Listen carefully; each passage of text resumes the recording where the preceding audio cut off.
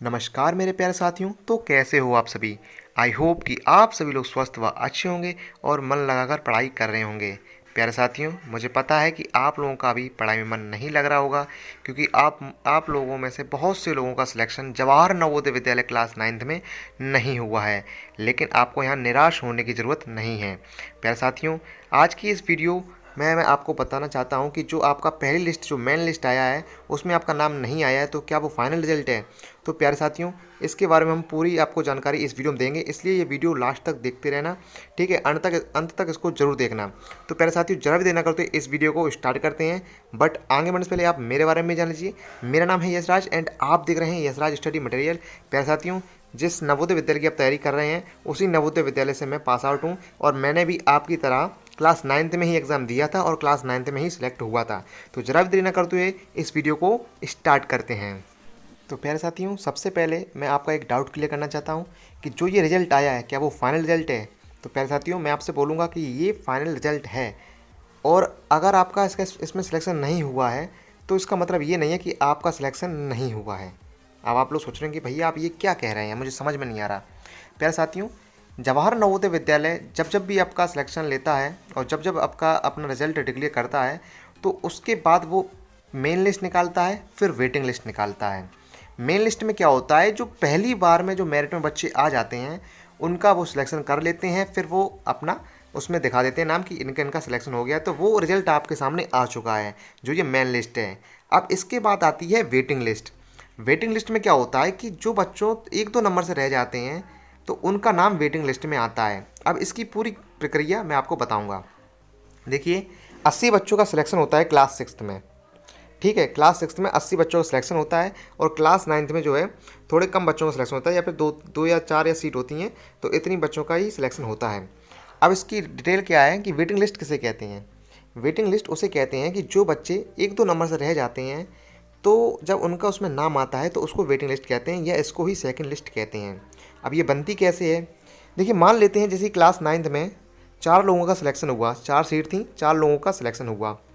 अब जब आप नवोदय विद्यालय में जाते हैं तो 1 महीने का आपको टाइम मिलता है डॉक्यूमेंट वेरिफिकेशन के लिए, कि आपका डॉक्यूमेंट सही होनी चाहिए, आपकी एज सही होनी चाहिए, आप उसके लिए एलिजिबल होने चाहिए कि आपका नवोदय विद्यालय में एडमिशन हो सके। रिजल्ट डिक्लेयर होने के बाद भी, आपका सिलेक्शन होने के बाद भी नवोदय विद्यालय में कोई गारंटी नहीं होती कि आपका उसमें एडमिशन हो ही जाए, बिकॉज वहाँ पर आपकी एज देखी जाती है। कोई भी डॉक्यूमेंट्स अगर आपका फेक निकलता है तो आपको निकाल दिया जाता है, कोई भी आपकी मार्कशीट फेक निकलती है तो आपको निकाल दिया जाता है, आज या तो मूल निवास में कोई गलती होती है तब भी आपको निकाल दिया जाता है। केवल आपको 1 महीने का वक्त मिलता है कि आप अपने डॉक्यूमेंट को वेरिफिकेशन के लिए रख लीजिए, उनको वेरीफाई कर लीजिए, और जो भी उसमें कोई दिक्कत हो तो 1 महीने में आप उसको सॉल्व कर लीजिए।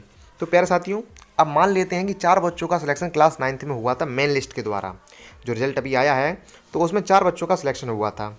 अब वो 4 बच्चे गए, अब कुछ दिनों बाद उनके पास एक कॉल लेटर आएगा, उसके बाद वो नवोदय विद्यालय में जाएंगे। तो कॉल लेटर में लगभग हफ्ता या 2 हफ्ता, लगभग 14 दिन लग जाते हैं कॉल लेटर आने में। तो कॉल लेटर आएगा और आप फिर नवोदय विद्यालय में जाएंगे। तो जिन बच्चों का सिलेक्शन हुआ है वो नवोदय विद्यालय गए। अब नवोदय विद्यालय में जाने के बाद उन्हें पता चला, उनके डॉक्यूमेंट्स उन्होंने दिए, तो फिर वो डॉक्यूमेंट्स वहाँ के प्रिंसिपल देखते हैं, या जिस पर चार्ज होते हैं वो टीचर देखते हैं। अगर उन डॉक्यूमेंट्स में कोई भी गलती निकली, और काफ़ी बार ऐसा होता है कि काफ़ी बच्चे जो हैं एक बार तो पेपर दे ही चुके होते हैं, लेकिन दोबारा भी पेपर दे देते हैं, तो उनका ये डबल एज हो जाते हैं, उनकी एज लिमिट जो है ज़्यादा हो जाती है, लिमिट से थोड़ा ज़्यादा हो जाते हैं, तो उनका सिलेक्शन वहीं पर रोक दिया जाता है। अब वो सीट खाली हो गई। अब 4 बच्चों में से मान लेते हैं 2 बच्चों की एज ज़्यादा हो गई थी, और एक बच्चे का कोई डॉक्यूमेंट गलत निकल गया। ठीक है, तो यहाँ पर आपकी 3 सीट खाली हो गई। ठीक है, अब ये 3 सीट को फिल करने के लिए वेटिंग लिस्ट निकाली जाती है, जिसमें आप लोगों को 1-2 नंबर से रह गए होंगे, तो अब आप लोगों का उसमें नेम आता है।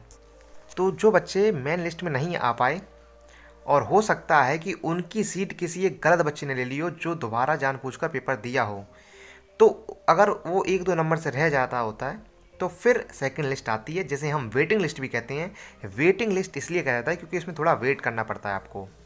वेटिंग मतलब आप वेटिंग में रहते हैं। ठीक है, जैसे वेटिंग करते हैं लोग चेयर पर बैठकर और अंदर रूम में इंटरव्यू लेते हैं, तो आप वेटिंग एक रूप से उनकी कर रहे हैं। तो इसलिए जो आप एलिजिबल भी हैं, आपने कोई डॉक्यूमेंट भी गलती नहीं की है, और लेकिन आपका सिलेक्शन नहीं हुआ है, लेकिन आपका नंबर भी 1-2 नंबर से आपका सिलेक्शन हो जाता और आपकी सीट किसी एक गलत बच्चे ने ले ली जो दोबारा पेपर दे चुका है या किसी भी प्रकार का उसने फ्रॉड किया है, तो उसे तुरंत वहाँ पर हटा दिया जाता है। इसमें नवोदय विद्यालय बहुत अच्छा है, क्योंकि अगर कोई भी गलती होती है तुरंत वो हटा देता है। इसमें कोई रिश्वतखोरी नहीं चलती है। नवोदय विद्यालय में एक साफ साफ बात है कि कभी भी कोई गलत काम नहीं होता है। कभी भी आप इसमें रुपये देकर एडमिशन कभी भी नहीं ले सकते हैं। यदि आपको थोड़ी भी एज में गलती होती है आपको तुरंत निकाल दिया जाता है। अगर आपका 3 महीने का भी एज का फ़र्क है तो तुरंत आपको निकाल दिया जाएगा। इसमें कोई भी आपकी लापरवाही नहीं की जाएगी, क्योंकि वो जानते हैं कि उनसे पीछे का जो बच्चा है उसका हक लिया गया है इस बच्चे ने, तो इसलिए आपको आपका हक मिलेगा। प्यारे साथियों, आई होप कि आपको वेटिंग लिस्ट का जो सीन है समझ में आ गया होगा। तो प्यारे साथियों, इसी को ही सेकंड लिस्ट कहते हैं। अब देखिए, मैं आपको बताना चाहता हूँ कि ये सेकंड लिस्ट कब आएगी। ठीक है, अब इसकी मैं डेट बताता हूँ कि आपको ये आखिरकार कब आएगी। और सबसे पहले मैं आपको बताना चाहता हूँ कि ये कभी भी ऑनलाइन नहीं आती है। जिस प्रकार आपकी मेन लिस्ट आई है उस प्रकार ये कभी भी नहीं आती है। आपको पर्सनली मैसेज करते हैं ये लोग, या पर्सनली कॉल करते हैं नवोदय विद्यालय वाले जिनका सिलेक्शन होता है वेटिंग लिस्ट में। तो इसकी कोई डेट नहीं है, लेकिन आपका जैसे आज रिजल्ट आ गया है 31 मार्च को, अब आपका जो वेटिंग लिस्ट है वो अप्रैल 31 जी आपका 30 अप्रैल लगभग अप्रैल या मई में आपका वेटिंग लिस्ट आएगी, वेटिंग लिस्ट या सेकंड लिस्ट आएगी। और जिससे आपको ये ऑनलाइन कभी भी देखने को नहीं मिलेगी। ठीक है, आपको ये कभी उसी वेबसाइट पर नहीं मिलेगी। अगर आपका सिलेक्शन होता है तो आपको ऑफिशियली नवोदय विद्यालय की तरफ से कॉल की जाएगी, बोला जाएगा कॉन्ग्रेचुलेसन, आपका सिलेक्शन नवोदय विद्यालय में हो गया है वेटिंग लिस्ट के द्वारा। अब आप यहाँ पर अपना डॉक्यूमेंट्स वेरिफिकेशन कर जाइए और अपना एडमिशन करवा लीजिए। तो इस प्रकार का सिनेरियो पूरा होता है। वेटिंग लिस्ट क्या होती है? जिन बच्चों का सिलेक्शन फेक होता है उनको निकाल दिया जाता है, फिर उनकी जगह पर जो 1-2 नंबर से रह जाते हैं, जिनके लिए वो सीट होती थी, जिनकी जगह उन फ्रॉड बच्चों ने ली थी, तो उस जगह आपका नाम दिया जाता है। फिर आप वहाँ पर अपना एडमिशन नवोदय विद्यालय में करवाते हैं। तो आई होप दोस्तों कि आप लोगों को ये वीडियो समझ में आई होगी। यदि कोई भी डाउट रह गया हो तो आप तुरंत मुझसे कमेंट करके पूछ लेना।